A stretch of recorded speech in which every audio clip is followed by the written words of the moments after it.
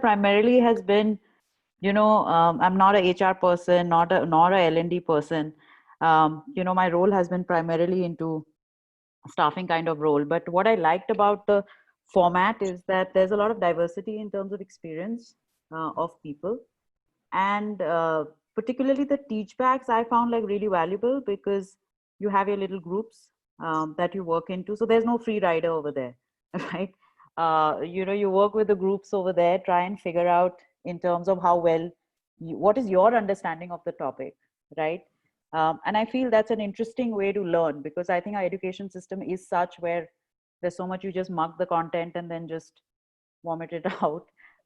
Here there is a little bit of, do you have a point of view, do you challenge a certain type of thinking, your own interpretation. So I feel the learning is quite rich. And all the sessions, I think, even though they go on till like 9 o'clock, they typically extend till like 9:30. And I think that says volumes in terms of a lot of curiosity that people have. So I think honestly, any batch is as good as the participants or the curiosity of the participants. So I found it enriching. Yeah, sometimes I do get lost because I'm like, okay, HR is familiar with this and LNOD is familiar with this. So we do have a couple of participants like myself, and I think Saparna is also there, where we do get lost. But I think it's kind of fun to get lost also. So for me, I think it's been a very enriching experience. All wanderers are not lost. Yeah, true. At least not you. In that way. Yeah. And Santosh will keep giving you all these little, like little nuggets, which then you are like, okay, like what does that even mean? Like that's so vague. And then you have a conversation. So I think it's fun. Like I quite enjoyed it. We also create a WhatsApp group from the day one, and this WhatsApp group is buzzing. There is sharing, and the batch also go out and get facilitators and do extra classes, by the way. So that's a real sign of engagement. I have invited 3 people who are not part of the early agenda. Lawrence, who is an expert on group dynamics from London. Boris, who is an expert on culture from France. And we have Professor Doug from Singapore. And all of them were kind enough to come and do that. So it's not what we planned in the beginning. It's about the group and how much we wanted to go deep into it. And then there is an extra. So the current planning is 3 days in a week, 2 hours in the evening. And there are teach backs when people have to just come back in smaller cohorts and teach back that way. Once again, because I have a chat here in India context, what do you think major inclusion requirements in their organizations are? Deepti, I don't know, because this is for people who have a D&I requirement in their organization. So our job is to equip them. What are their requirements? Than prescribing it. What is it? And if you ask me, I have my personal opinion, because to me, inclusion is about an inclusive mindset. And inclusion starts from nature. So the exact example that I talk about is, if you really look at a real forest, it has biodiversity and inclusion. I used to take a small group of students and youngsters to national parks as part of my early career, where I used to work with the World Wildlife Fund. So my job was to take youngsters, school teachers and students to national parks like Jim Corbett, multiple parts of the country. I've done that in South, East, Manas National Park. And I noticed a funny thing. Most of these guys come to a deep national park just to watch a tiger.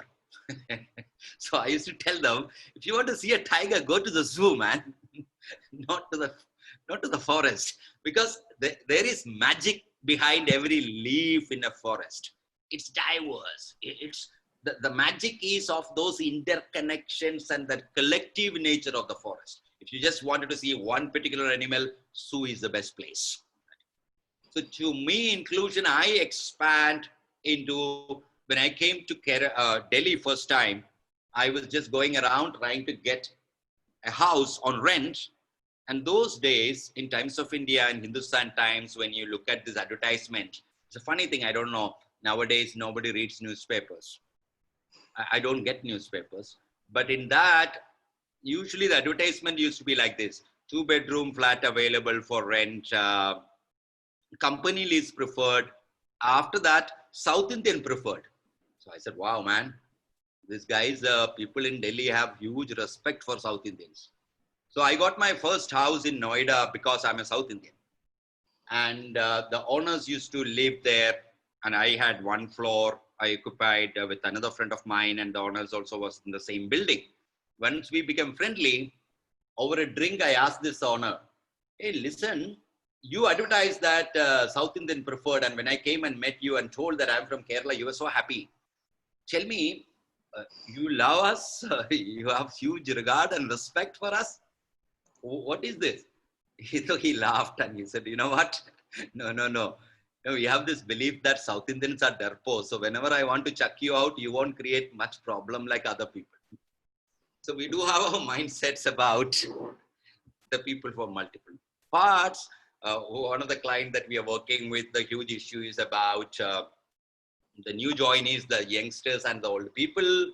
We have ideas about people from different states. We have ideas about gender. We have ideas about caste. We have ideas about wealth. And inclusion covers all these things. But if you come for this program and your interest is looking at diversity and gender or LGBT, that's fine. Because what we are covering is, one, how do you look at diagnosing this qualitative and quantitative way? How do you understand the business strategy? And most people I've noticed that are not able to create a business story for inclusion. So it's good to have one, but I'm not able to. I think it was Tim Cook years ago when he took over Apple CEO. He said, if our customers belong to gays, lesbians, LGBT, and multiple parts of the world, don't you think we should have such kind of a diversity within our organization also, so that they understand our customers? So the great story for the business story. So unless you are able to articulate a business story, and unless you are able to understand the business strategy, and unless you are able to create an overall strategy which is aligned with the business strategy, and then execute that, we will still have just conferences talking about the need for diversity and inclusion. So our broader framework allows you to fill in and bring in your context and do what you wanted to do for that. So that's how we are designed. That's exactly how we are designed our OD certification. We don't teach them saying that, okay, if you wanted to do culture thing, go and do these 5 steps. We create a thinking process by which whatever may be the problem within the framework of OD that they face, they are able to diagnose, they are able to create a strategy, they are able to drive, they are able to execute, they are able to measure that later. So that's the framework we are using this. It's broad, it's perspective building. It is helping you to think for yourself. It is helping you to strategize. It's helping you to execute whatever is your agenda that you would like to go for it. Let me pause and just take a couple of questions or thoughts that you have in your mind. Now that I've established the why part and how we are planning, any specific questions?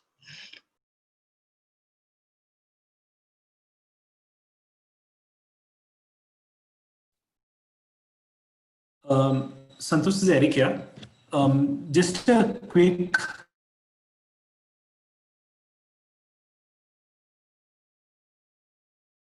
question with respect to data within the organization, and we sort of looking at diversity and inclusion as a possibility. Like for example, gauging, analyzing, seeing what does that mean for us, because it seems to be a trend.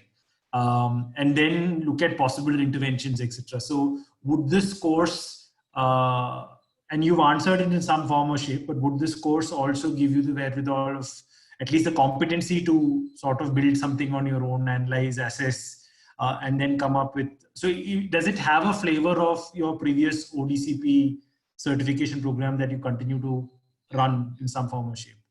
Yeah, so it only equip you to do it. Correct. That's all thing. But we don't teach you saying that, hey, this is a design for an unconscious bias workshop. You can go and do it. But we tell you today is unconscious bias, tomorrow is whatever. So first, how do you diagnose? Second, we are actually teaching, many of us use the word strategy loosely. And we have a class of how do you understand your organizational strategy? Because one blame that many of time that HR folks or learning and development folks hear that, hey, you are doing something, but you're not doing it in connection with overall business strategy. So how do you comment on a business strategy? Two, then how do you contribute if you are in a place only to contribute, or create an overall D&I strategy and be, and then how do you execute? So what we don't intend to give is that tool sign saying that, hey, this is a workshop that you can go and do. This is a tool. But you will be able to, tomorrow you have to create a questionnaire to study. Tomorrow you have to link it with dog culture. All those are given. And you will practically do all those things through TeachBack. Understood. And one finer question I'd asked is that, does it have a flavor of the ODCP? Exactly. Yep. The faculty are, many of them are same. Because for teaching the qualitative and quantitative analysis and diagnosis, because that's true for OD, because in OD it may not be inclusion, it could be anything. So same flavor of TeachBack, same flavor of helping somebody to stand on their feet and think than just providing ready-made answers. Super, thank you. Yeah. Any other questions, please? Eric, which organization are you from? I work for a company called Meesho. Got it. Hi, Santosh. This is Priyanka here. I am part of KPMG, but I'm not an HR professional. So I wanted to know how difficult it's going to be for me to stay at par with the group, given that I don't come from an HR background, though I have 20 years of experience in corporate India. I think our ODCP may be slightly more difficult for people who do not have an HR background, but here there is nothing about HR in this. So it is agnostic. As I said, again, the classes are like this. The first one is generally introduction about the whole inclusion. Then we have one class around sociology and a sociological perspective of inclusion. Then there is a professor from TIS who will be talking about literature review and some of the practices about inclusion. Then we are talking about qualitative and quantitative analysis if you wanted to look at ASIS current state of inclusion, and we will also help you to create some tools by yourself. Then there is a class on organization strategy. How do you understand that? Then it is about how would an inclusion strategy look like. In fact, Bindu will do that. Bindu has created almost 11 years back that for Vodafone, then WNS. Then she went to Oxford to study further. So how do you create a whole overall inclusion strategy? Then I will bring in how do you align stakeholders, some tricks and techniques. Creating a strategy is good, but how do we know that there is a real intent from the leader's perspective? How do we align? Then we look at how do we create an overall roadmap, and Meenakshi Sarkar, then as I said, professor from Leeds would be sharing and her subject experience and expertise, and she's been doing a lot of work on that. Meenakshi, would you like to share something at this stage? Are you there, Meenakshi? Yes. I think I would, in my session, also put some hard questions more about, on 3 levels. So at a personal level, you yourself as the champion, or you yourself as a participant who's come in, which means that you're interested in the issues around diversity and inclusion, or inclusion and diversity. And I think this is important to put inclusion. The way I put it very simply is diversity is a reality. You see a diverse sort of society, people comprising of diverse backgrounds around you. Equality is a principle, but inclusion is the destination, the way to go about getting that, getting there. So I think, so what are some of the hard questions you need to ask of yourself, of your own teams, and of your organization, in terms of what are really the barriers? So my session might actually flip some of the theoretical understandings, or some of the general understandings of diversity, and will be more like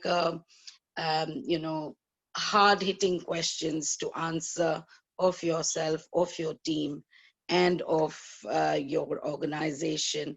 And because I've come from the Indian corporate, with about 20 years of experience there, and then I moved to the UK, and I did my research here in University of Leeds, and now I teach diversity and inclusion here in the University of Leeds.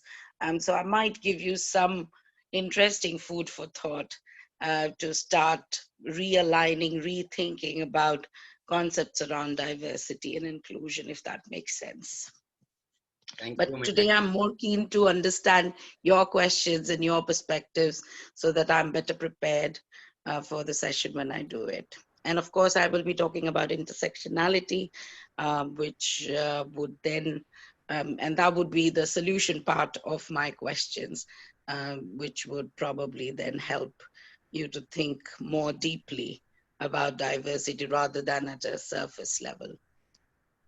So Meenakshi is very uniquely positioned to help us, because before moving to UK, permanently, Meenakshi worked with Indian corporations a lot, and that's where we knew each other.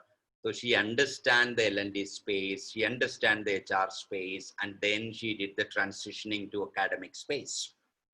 So you will get a mixture of practitioners and academicians, and you get one Meenakshi who brings both as an expertise and experience in both. Yes. Thank you both. Thanks. Any other questions?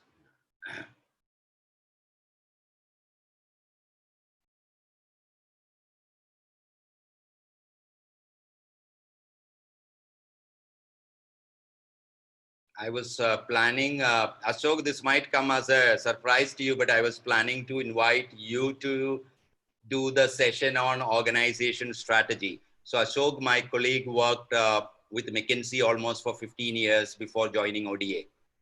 So who else will be better than him to teach us about how do you really get all the stakeholders aligned with the strategy? Yes.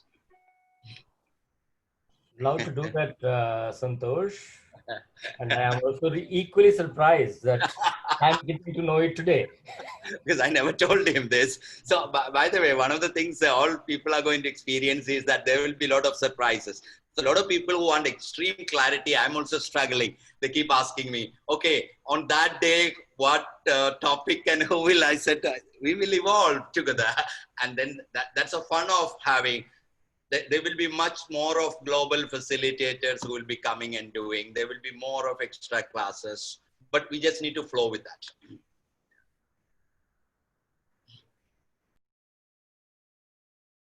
Any other questions you have?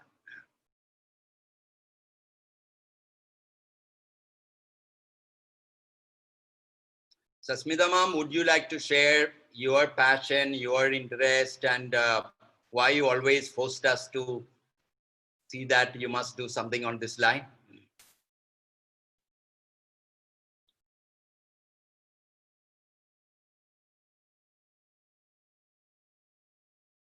It's muted.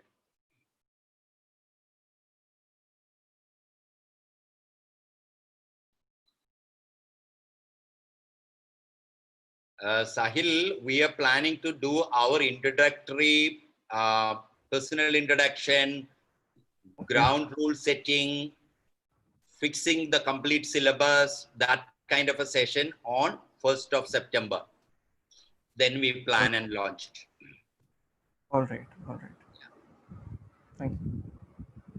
Hi, my name is Anuja, Yes. and I received an email from David from, I think, ODA regarding this program.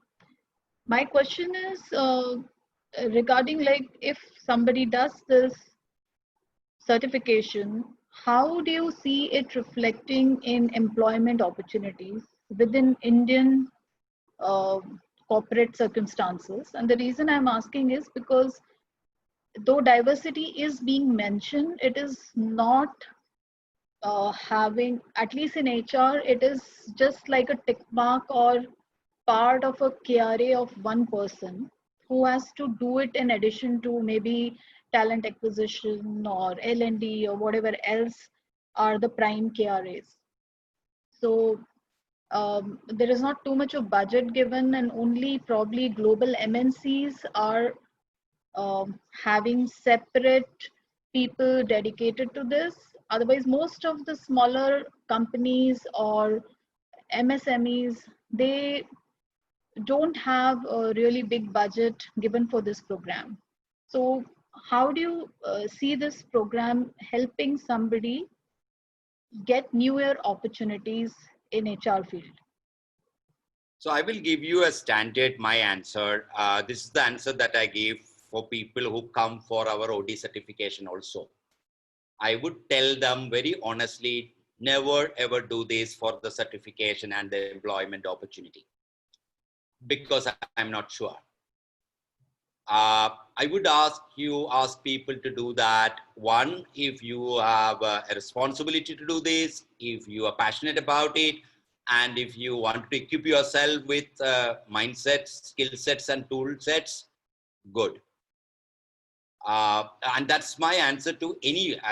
We were the first people in the country to launch a coach certification. I told everybody who came to join, saying that don't do this coach certification, because by certification you will get a coach to get into that. So that's my personal opinion. I don't know whether organization look at that credibility, but I, in all my communication, mentioned that if you are passionate about this field, if you have a responsibility, if you think that you want to expand your mindset and get some tools, get some perspectives to do that job well, this is ideal. The rest is, so that's a hope that I never wanted to give to anybody. And I really understand where you come from, and I'm extremely grateful for being open about it. But my answer to all the OD certification people have been saying that don't look at the certificate. And many of them never ask for the certificate. Though it's a certification, you will get a certificate. But by the time when we are going through, these ODCP people who are there, a couple of them, they have never asked about the certificate now. I remember when I first launched, somebody asked me, can you send me a picture of how the certificate will look like? But because I also have the power to choose who to come for this program, at that point of time, we had chosen not to allow that person to participate. Because I know that it's, we can't make a false claim on that. It's about somebody who is interviewing. But I do believe that this will become like a movement. And the fact that what all you mentioned, that they don't give much importance and it's just an additional thing. My bigger perspective is not about this program. If I could create X number of people who understand inclusion the way Meenakshi mentioned about inclusion, and look at the community, look at the world we live in, look at our own biases. Most of us, when we are in a designation and a field, we are very good to look at other people's biases. We never look at ourselves about what are the biases that I come in. And we always say, there the impact of an intervention depends on the interior conditions of an intervener. How am I showing up in this world? So that's my personal interest, to create a cadre of people who could actually in future have a social impact, not just about this. And in that process, if job opportunities and professionalizing this field happen, very good. Thank you for bringing this up. But I hope I've been very candid about it.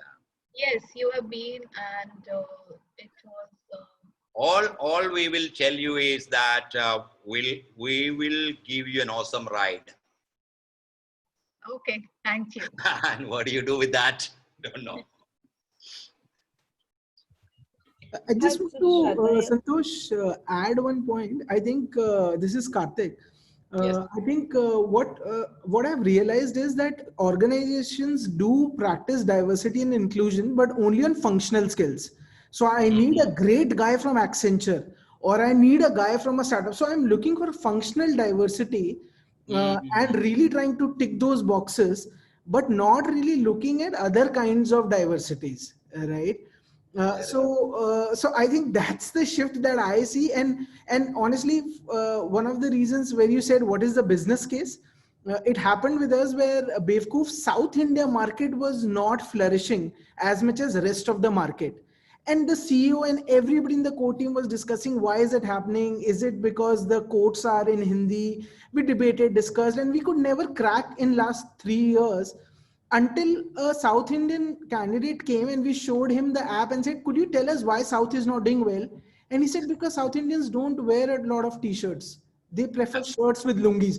And suddenly the apple broke on our head and we realized that I am a South Indian, so many South Indians. So we had South Indian people, but never got included to give this kind of insight till a candidate came and gave us that insight. And right? Tamilians may also have a problem with the Hindi word like Bebakoof. Right? They're fighting for their identity. And they say, my God, why am I advertising it? We never know. Right. Yeah. So I think we have found a lot of use cases of functional superseding behavioral and people diversity. And second is, yes, I have seen a business case and a strategical blunder because we couldn't kind of get that insight. Yeah. And to even if you just break it down into a minute detail, we all use the word brainstorming. Now, do we give enough importance to diverse ideas that get generated? We have our biases. Okay, this idea is coming from this guy, is useless. This is coming from that girl, that's useless. To imagine a true inclusion that become a mindset within an organization. And the market that we are operating is anyway diverse. And 3 big challenges in the world today. The one is what I call the alienation that we are experiencing from nature. And because challenge that happened is human beings think that we are on top of the food pyramid. We are the boss, the rest. But whereas nature never designed in that way, we are part of it. We are included in the overall scheme of things. We don't think we are part of it. We are the king who is deciding how nature should work from that perspective. So that's the one challenge. The second challenge, so that I call like an ecological divide. Then we have an economic divide. Whatever happens, there is a huge level of economic divide that is happening. And the third is a kind of an identity crisis that we all experience of a divide with the self. Can I bring myself fully? I remember once, long time ago, for a multinational company, I went and did a visioning exercise, and the CEO, he had worked long years in US, and for that specific company, he had changed his name into a easy name so that everybody can call him. His mannerism was like that, and this was in Goa, and he behaved like that. And at night, I saw him standing alone, and he was not with his team members who possibly is partying. So I said, why are you standing alone? I'm just walking up to that beach in a shack and going to have some drink. Would you like to join? And he came with me. After a couple of drinks, all this persona went away of that American style talk and behaviorism, mannerism. He's actually from a place in Coimbatore. And he started talking in that way. So I asked, why do you hide this part? So he said, I love to eat with my hand and I like to talk, but you know what? I grew up so much time in this company in US. For me to survive, I couldn't show who I am. And if you can't show who I am in an organization setup, how do you get maximum from an individual? And to me, that's a bigger purpose of inclusion. Can I be myself? Because we come from all shapes, all colors, all thought process, all financial backgrounds, genders. Can we all exist here? And that's the way the nature designed it in that way. So that's the difference between a rubber plantation and a national park. In a plantation, if a virus or a bacteria comes in, the entire plant will go away. But in a national park, there is diversity and it can thrive. That's the importance of an Amazon. Not our Amazon, by the way, the other Amazon, right? Forest. So that's the fundamental reason by which, we started. So that's what I wanted to explain in this. And I hopefully have addressed some of the questions that you have, and happy we have some more time if there are any other questions. Hi, Santosh, Shraddha here. Hi, Shraddha. So I had a quick question, but before that, I'll just like to elaborate why I wanted to get into this session, certification course. So at my organization, I see many things which probably when we talk about diversity inclusion, it feels that we are just driving numbers. And suppose that if I had been given a responsibility of, for a particular position, women candidates only being hired, and we had made a mandate that we interview at least 50% of the women before closing the position with any other gender, which I was not very sure is the right way to do. And this is just one instance. There are many other instances as well where I'm always in a question that what is the right way to go about it. So that is how I probably developed interest in this particular space. But me not being from a HR or learning and development background, I was not sure how relevant this course, or not relevant, how adaptive I will be to these courses, because I do not have a HR or that kind of background. I'm coming from a technical background. Plus, I am program managing few areas within my firm in the tech for social group space. So do you have a responsibility for inclusion or diversity in an organization? Sorry, I didn't get your question. Your voice. You have a responsibility to do something about diversity inclusion in your organization? Yes, to some extent. I've started on that particular area. Not because of your interest. I'm saying, has the organization asked you to do something?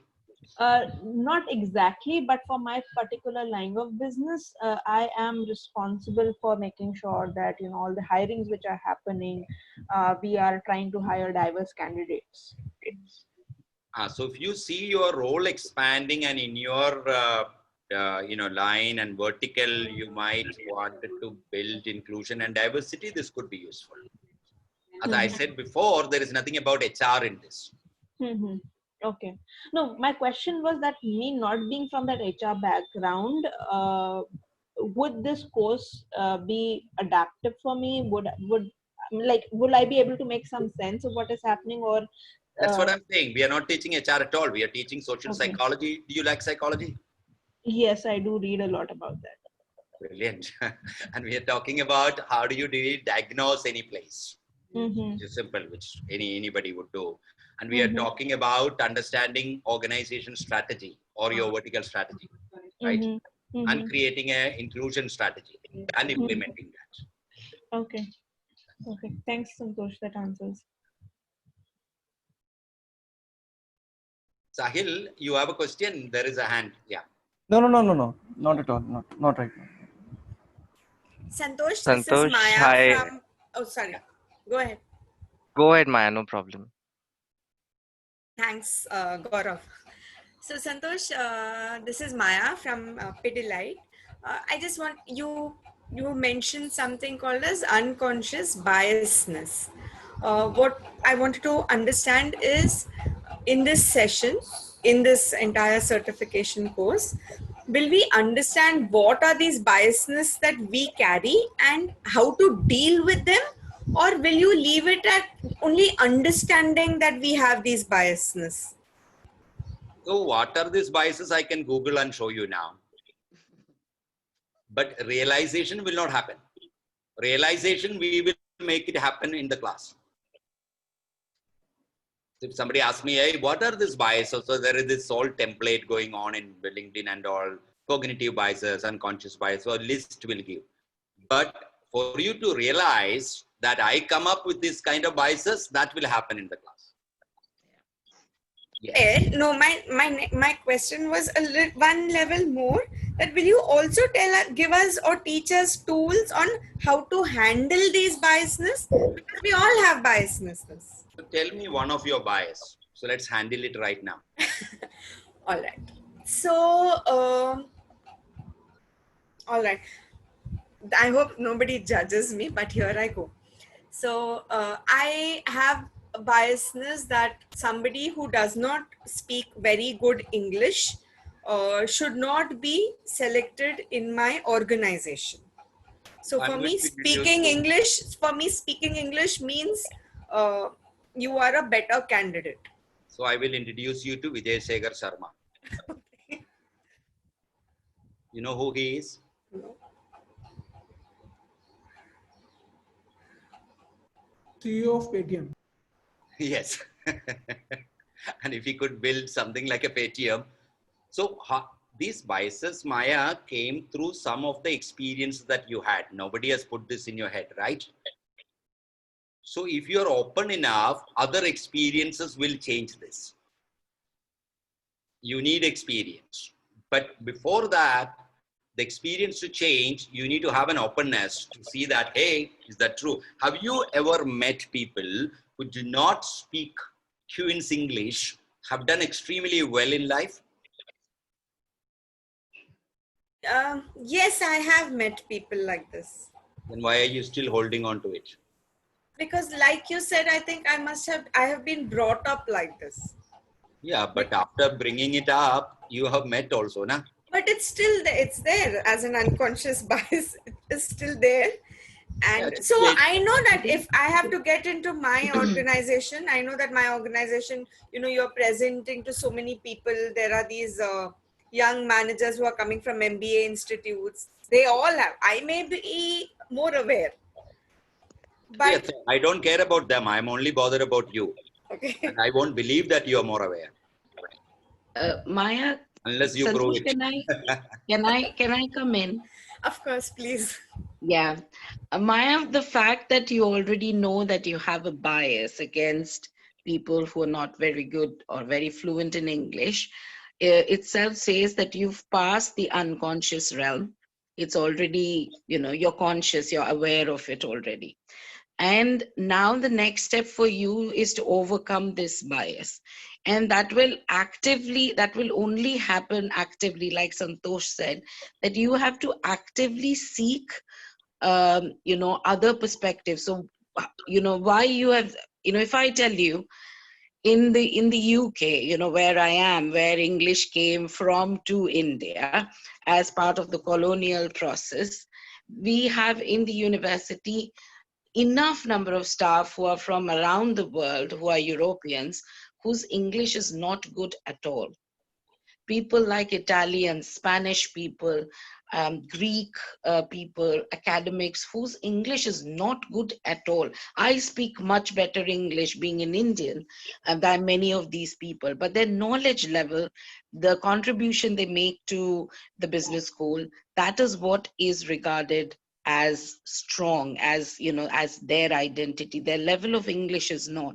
I do understand where you come from, because I also came from that upbringing, and I worked very hard to work on my English to make it better. In fact, in UK, everybody asks me, your English is so good, where did you learn it from? And I said, well, I've always been in English medium schools in India, and that's how I've learned. I've had questions, people questioning me, do they teach English in India? And, those kind of questions. Language, any language for that matter, English, the fact that English is a symbol of being educated is a colonial idea that has been given to us. And once you replace that English is about being educated, no, it is just another language. Whatever language you speak, you can always argue that whatever language you speak, you should speak to the best of your ability. But knowing English can never be judgment, or can be the the equivalent of you being suitable for an organization. So you're conscious about your bias. Now is the time to work on it.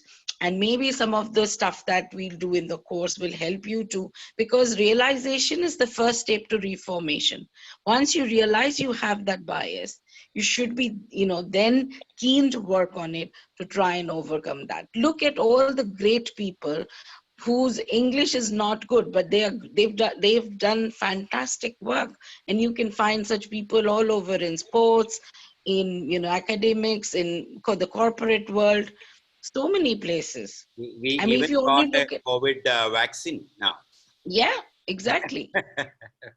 People who are doctors, their English is not very good. Even in the UK, of course, we have a very large number of ethnic minorities who work in the health and medical field, and their English is not good at all. Compared to them, many other people who would be speaking. The sad part, or the funny part, is many English people's English is very poor. I teach at the university in West Yorkshire. England itself has a lot of accents.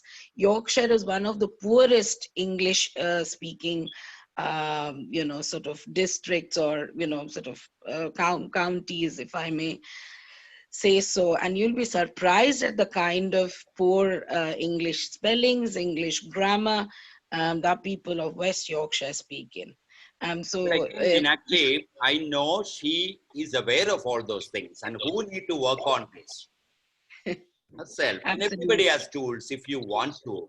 So what I don't take responsibility for this. We generally, as a joke, we say, just don't bother about what we cover in this program. You bother about what you discover.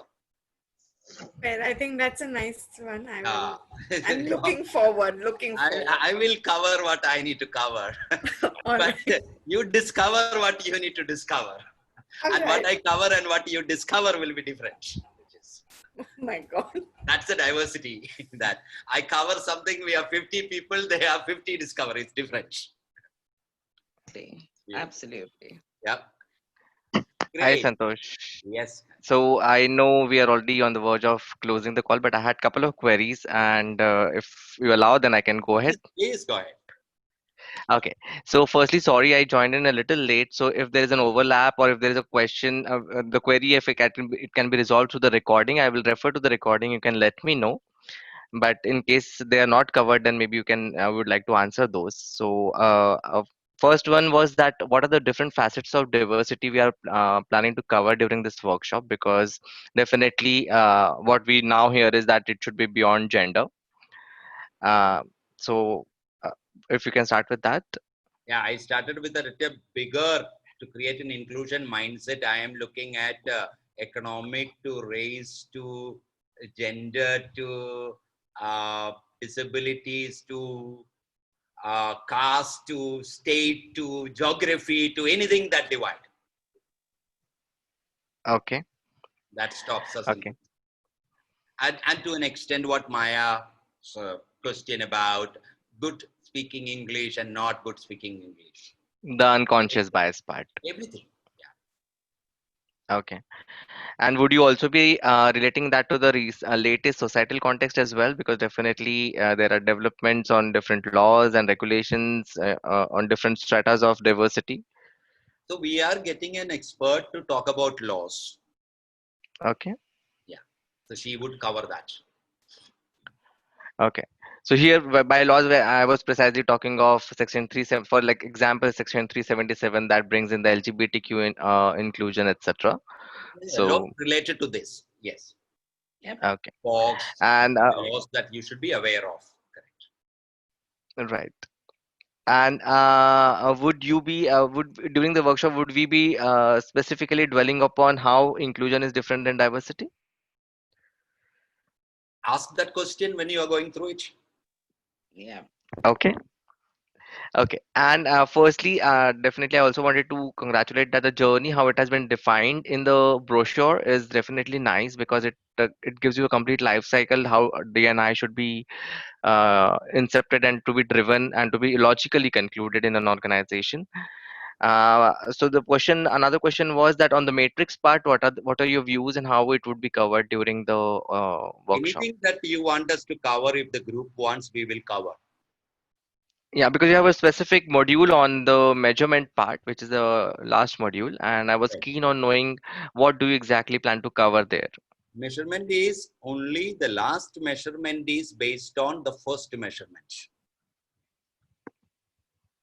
Let me clarify. Okay. Whenever I do some work with a client will say, hey, after this, can you measure the impact? I said, only if I have measured it before. Exactly. If you have First done a module, pre-diagnostic and done the yeah, need identified at that time, that exactly is to be measured afterwards as well. that's right, Gaurav. That's right. How to go about it. Perfect. So I just wanted to know, because if there are any scientific tools or any matrix processes which we are going to discuss, I was keen on knowing that as well. Anything, all diagnosis has only two parts. Either it is qualitative or quantitative. That's it. And all measurement is only two. Either it is qualitative or quantitative. Fair enough, Santosh. Thank you, Gaurav. Got it. Thank you. Okay, so you know where to reach out.